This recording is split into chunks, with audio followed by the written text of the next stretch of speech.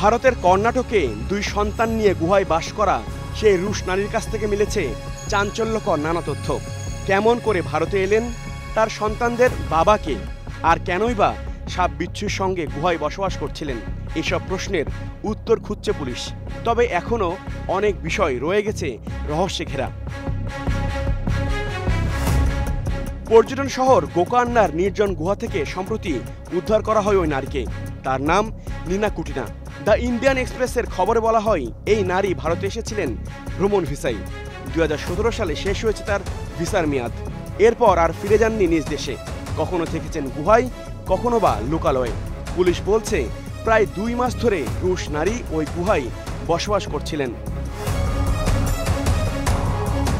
কুটিনা জানান, তার 2 সন্তানের বাবার নাম ব্রার গোল্ডস্টেন, যিনি একজন ইসরায়েলি ব্যবসায়ী। নীনার মতো তার বয়সও 40-এর কোঠায়। প্রেমের পর বিয়ে করেছিলেন তারা। তাদের 2 সন্তানের একজনের জন্ম হয় ভারতের পশ্চিমাঞ্চলীয় গোয়া রাজ্যের একটি গুহায়। গোল্ডস্টেন ব্যবসায়িক ভিসায় ভারতে থাকছেন। অবশ্য নীনা কুটিনাকে উদ্ধারের পর তার দেওয়া তথ্যে শিশুদের বাবাকে খুঁজে বের করেছে আঞ্চলিক নিবন্ধন কার্যালয়ের কর্মকর্তারা। গোল্ডস্টেনের অভিযোগ, নীনা কুটিনা তার মেয়েদের স্কুলে ভর্তি হতে দেননি, সমাজ থেকে একরকম বিচ্ছিন্ন করে রেখেছেন। গেল 1 বছর ধরে কুটিনা তাকে কন্যাদের সঙ্গে দেখাও করতে দিচ্ছেন না।